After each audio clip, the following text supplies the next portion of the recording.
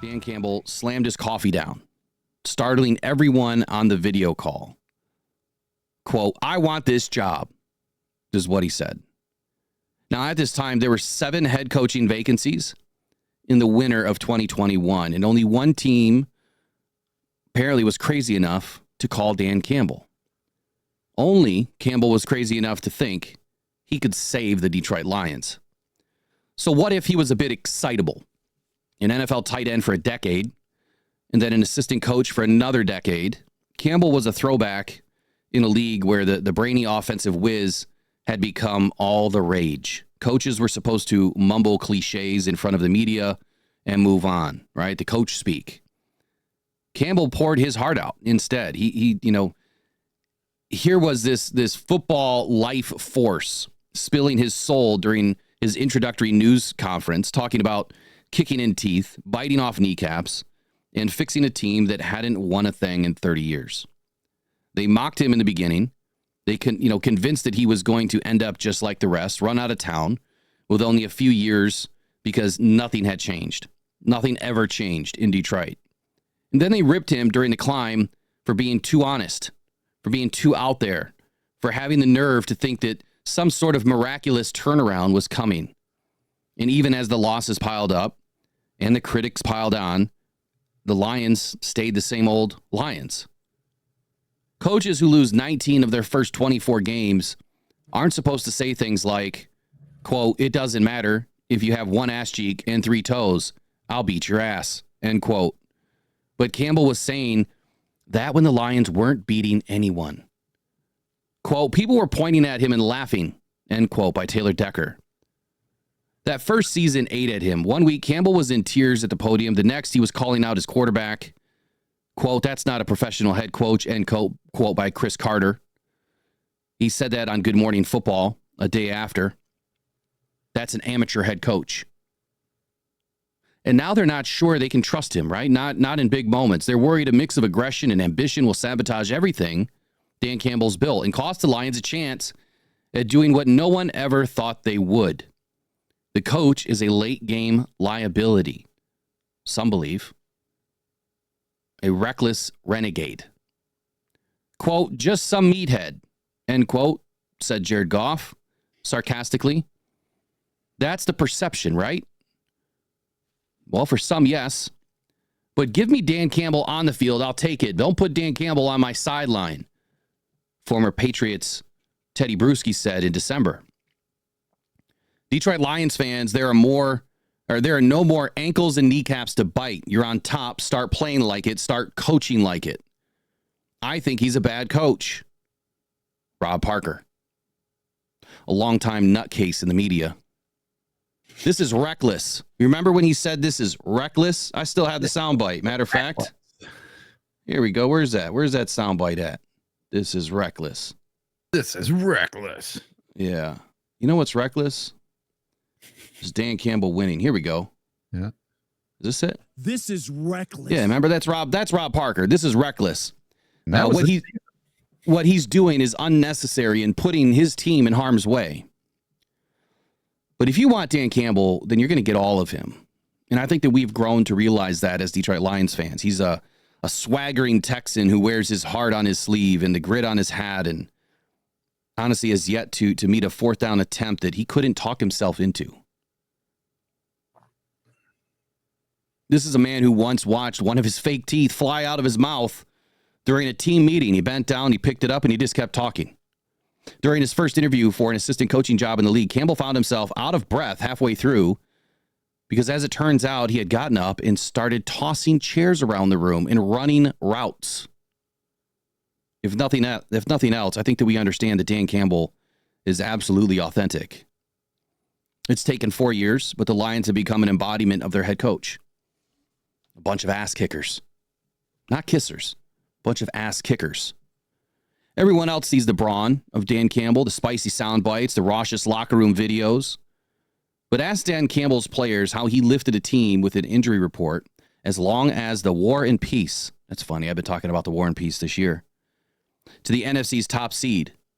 And they'll let you in on a secret. It's the brains, too. for Campbell, they say, is as sharp as any mind in the game. He just doesn't care if anyone knows it. And matter of fact, if you remember, so I'm going off script here. If you remember a long time ago, maybe it was the second season, that Brad Holmes, he had mentioned that. He said, everybody thought that this guy was just a meathead and a joke, and that we were okay with that. Like we wanted people to believe that. We did not want to, people to find out how smart Dan really is. To kind of paraphrase what Brad Holmes was putting out there. I mean, I think that we all noticed it. I don't think any of us really knew how intelligent Dan really is, but it's definitely shown up in the last couple of seasons. So, quote, for a while, he's playing into it, Goff says. So what? People think I'm a meathead? They think I'm stupid? Good. I hope they do. I've been around a lot of really, really smart coaches in this league, said Jared Goff. He's right there with them. One difference, he's very secure in who he is. There's a lot of coaches who are not. This is how smart he is, Decker said, speaking on the same topic. In our meetings the day before a game, he tells us exactly how we're going to win. And a day later, that's usually what happens. You know how easy it is to buy into that? That was a question. He's the best leader I've been around. So F what everybody else thinks. I wouldn't want to play for another head coach.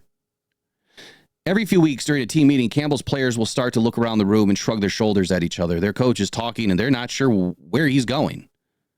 Sometimes we'll never actually get an answer, says Dan Skipper, laughing. And one morning in December, Campbell was rambling on and on and on about how he used to get into fights all the time as a kid. He used to get bruised and battered, but wouldn't give an inch. He learned that if he could just outlast anyone, he could beat anyone. And pretty soon, no one in the neighborhood wanted to pick a fight with him. Quote, situation didn't matter, Campbell told his team. I always found a way to win. That's part of Campbell's introductory speech that everyone leaves out. Forget the teeth kicking, the kneecap biting. It's the next line that 4 years later remains the most important. And it starts with, before long, we're going to be the last one standing. The Lions sent 21 players to injured reserve this season, including more than half of their defensive starters, and still managed to win a franchise record 15 games in the NFC's top seed. A team that was supposed to crumble, but never did. And you all know that since week 6, I've been there standing. Eric has been there standing and telling everybody this team wasn't going to fall. They were going to continue to do what they've been groomed to do, and that is win at all costs, be the last team. Their coach wouldn't let them. Campbell has built a group that is mentally tough as any team this side of Kansas City, a team that not only knows it's going to win, but how it's going to win. Quote, there's no one on earth who I've met that's better at knowing how a game is going to go. End quote. All-pro right tackle Penei Sewell. It's unheard of how good he is at that. A day before the Lions hosted the Packers in Week 14, Campbell told his players the game would come down to a 4th down call. Be ready, he warned everybody, because there's a good chance we're going for it. The next night, Goff stood on the sideline next to his coach with 43 seconds left. The score was tied at 31. I think we all remember this part of the game. Lions faced a 4th and 1 from Green Bay's 21-yard line. Just kick the field goal, right? Just kick the field goal. And even the most aggressive analytic model suggested kicking the field goal. But damn, Goff remembered wishing the offense had run more time off the clock. Campbell looked at him. Let's go, is what he ordered. 1 snap later, they converted. 2 plays later, they clinched the win. That same ethos pushed Campbell to play his starters in a meaningless Week 17 game in San Francisco. Laying down even for a week would contradict everything that Dan Campbell has spent 4 years building in Detroit, which is an identity. Zadarius Smith felt the first day he was in the building. After joining the Lions via midseason trade, the veteran defensive end learned quickly this wasn't the same team he used to beat up on when he was with the Packers. Quote, stack games. Smith and his Green Bay teammates would call matchups with the Lions back then. Because they were prime opportunities to pad stats and bolster Pro Bowl credentials. That is how they thought about us. Stack games just to pad their stats. Smith said this, that shit's changed. I mean, not that long ago, people were wearing paper bags over their heads to games. This is what Jameson Williams said. And now we've got the loudest stadium in the league.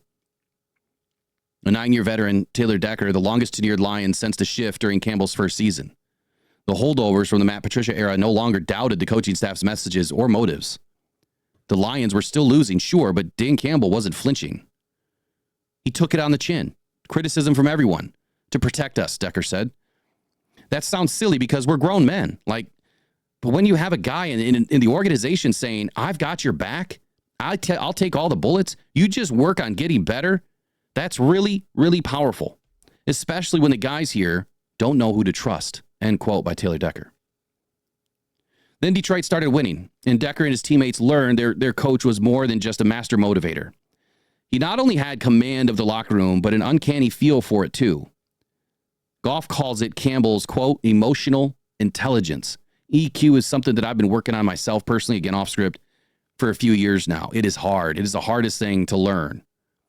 And all I could say is the most important thing is before you answer something with emotional intelligence, just shut the hell up and think for 10 seconds before you ever answer anybody. That's the hardest part of EQ. I'm still not great at it.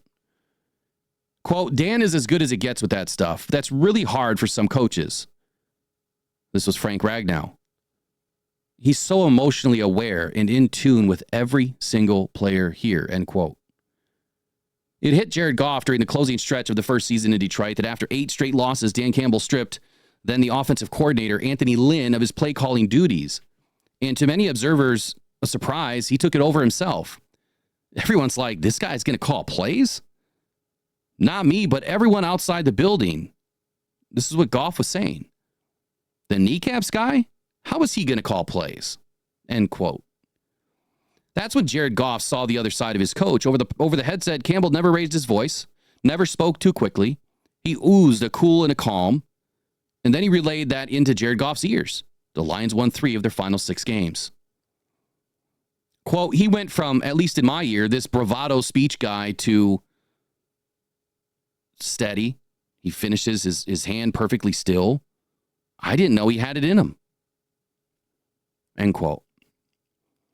Ben Johnson calls the plays now, but Dan Campbell tweaks the scheme in the days leading up to the games. Like I've always said, again, going off script from this, I've always said that this has been Dan Campbell's, team. It's been Dan Campbell's offense. And this is why I wasn't so worried about losing Ben Johnson. I always felt that Dan had a pulse on everything that this offense was doing.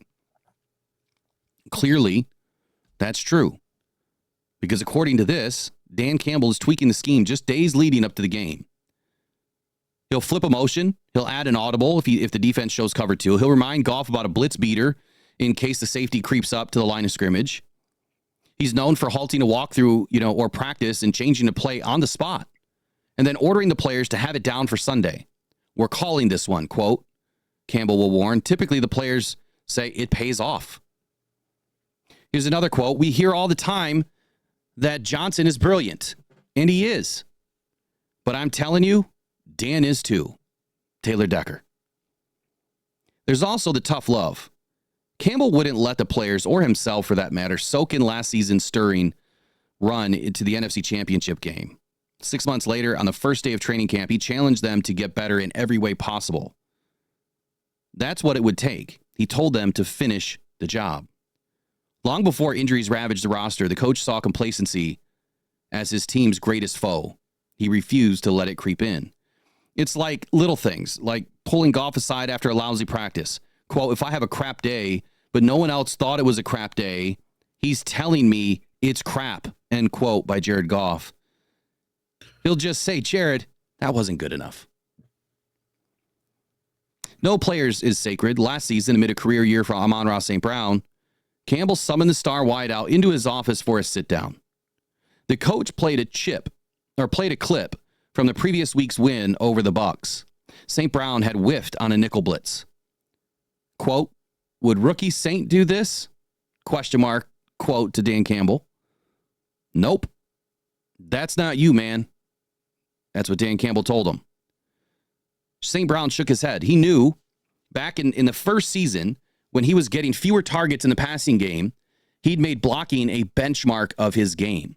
And now that he had grown into one of the best pass catchers in the league, Campbell wasn't about to let him slip.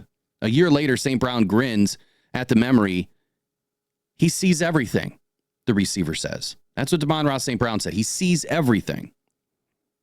Coaches have felt it too. The brute honesty, the unflinching accountability. Calvin Shepard played 8 years in the league and now coaches the Lions linebackers. But what stands out the most is his boss, or about his boss, is he's never seen Campbell use notes when he addresses the team. Quote, it's all raw. It's all authentic. It's all genuine. It's honesty that most coaches wouldn't use in front of the players. And now they'll go upstairs and do it. Then they'll come down and smile in the player's face. End quote by Calvin Shepard. Not in Detroit, where the head man takes it on the chin when necessary. After a week 2 loss to the Bucs, the coach began the following morning staff meeting with 4 words. That one's on me. The moment has stayed with Scotty Montgomery, Campbell's assistant head coach, for months, because after the Lions won 11 straight, Montgomery had this to say, quote, I've never wanted to go harder for a head coach. That is a leader you want in the building with, or you want to be in the building with, and not only that, want to fight with, because you know what he's going to do. Stand up, end quote by Scotty Montgomery. In that team meeting the day before the Packers game, Campbell singled out 3 players. Quote, we're going to need a big one from you, 16. We're going to need a big one from you, 14. And we're going to need a big one from you, 58. Some stars would bristle at the type of burden, but Lions have come to relish it. It's how Campbell has them wired. He wants a target on his team's back. He knows his men can handle it. Quote by Ben Johnson. He has not shied away from the high expectations. And for a guy who hasn't really been in this position before, I cringe a little bit. But now as I watch it unfold, man, it's a beautiful thing. He knows what our guys are made of. He's probably the best leader I've ever been around. The turnaround started with Goff, whom Campbell called out after a lopsided loss their first year together. Quote, it feels like he needs to step up more than he has, end quote, Dan Campbell said after the 0-6 start. The comments drew heaps of criticism around the league. In reality, the QB was never bothered by it. When that came out, I remember, Sean McVay kind of doing the same thing when Jared Goff was leaving, and he slayed Jared Goff. And when that happened with Dan Campbell, I'm like, oh no, is this going to happen again? What's going to happen to Goff in this situation? But clearly, Jared Goff had enough respect for what Dan Campbell was doing that this went the other direction. In a hurry, the Lions started to win a lot of ball games. Quote, he was right, and I respect that, Goff said. He shoots you straight. Damn right I needed to play better. What people didn't know then was how much Dan believed in me. I still remember him and Brad Holmes calling me after the trade. I'm in a pretty fragile mental state at that point. The world had just turned upside down, right? And Dan's like screaming on the phone, I can't believe we were able to pull off this trade and get you as our quarterback. End quote. Jared Goff, I was like, holy smokes, haven't heard that in quite some time. Now, Goff's staggering career revival from middling starter on an 0-8-1 team to an MVP candidate for one that's 41-21 since, including the playoffs, mirrors the organization's rise from the league laughingstock to Super Bowl contender. So when injuries threatened to derail Detroit's dream season, Campbell leaned into it. He hadn't built this team to fold. Quote, nobody's going to write our story for us, says Dan Campbell after the December loss to the Bills. There was no doubt that the Lions were hurting. The Eagles and Vikings were hot, threatening to steal the number 1 seed. Skipper, the veteran offensive lineman, remembers watching a few defensive players run onto the field late into the year and muttering to himself, I don't even know who those guys are. And Campbell asked his team who they wanted to be. You have to be made a certain way or you're not even coming here anyway. The fact that you're doubted, you're not good enough. You don't know what you're doing. You're not very smart. You can't process. You're throwing the ball out of bounds on 4th down. Your coach is a meathead, blah, blah, blah, blah, blah. You go through this whole deal, but yet you look at each other and you trust each other. And Dan Campbell trusted them and they trusted him. 3 wins later, including a winner-take-all finale against the Vikings, Dan Campbell slipped on a baby blue t-shirt that read, "Ready to roll." In the victorious locker room at Ford Field, the Lions had repeated as division champs and clinched the NFC's top seed for the first time in franchise history. Their story was still in their hands.